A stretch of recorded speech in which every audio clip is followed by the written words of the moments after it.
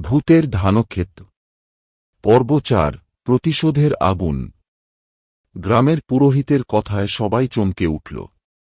মোড়ল গঙ্গারাম কাঁদতে কাঁদতে বলল, কি হয়েছে এই ধানক্ষেতে?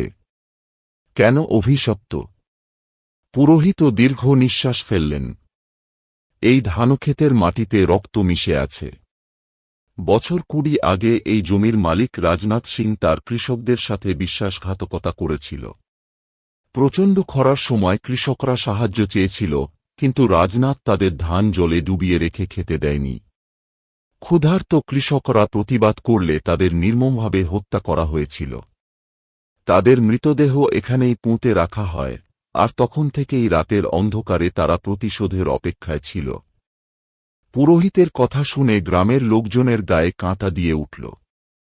তারা বুঝতে পারল, এই অভিশাপ শেষ করতে হলে কিছু করতে হবে। মোড়ল বলল, আমাদের এই পাপের শোধ তুলতে হবে। কৃষকদের আত্মাকে শান্তি দিতে হবে। গ্রামের সবাই একত্রিত হয়ে ধানক্ষেতের মাঝে গিয়ে প্রদীপ জ্বালাল। পুরোহিত মন্ত্র পড়তে লাগলেন, আর ধানক্ষেতের বাতাস যেন আরও ভারী হয়ে উঠল।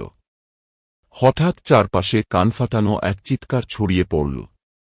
ধানক্ষেতের মধ্যে বিকৃত মুখের, লাল চোখের ছায়ামূর্তিগুলো দেখা গেল।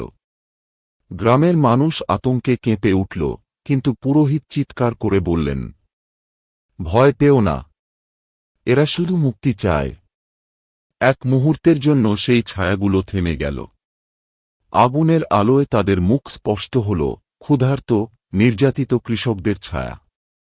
তারপর এক এক করে তারা বাতাসে মিলিয়ে যেতে লাগল, যেন দীর্ঘদিনের অভিশাপ শেষ হল। সেই রাতের পর থেকে আর কেউ ধানক্ষেতে নিখোঁজ হয়নি। ধানক্ষেতের বাতাস হালকা হয়ে গেল, আর গ্রামের লোকেরা আবার স্বস্তিতে রাত কাটাতে পারল। কিন্তু আজও মাঝে মধ্যে রাতে ধানক্ষেতের মধ্যে হালকা ফিসফিসানি শোনা যায়। আমরা ফিরে এসেছি, আমরা ফিরে আসব।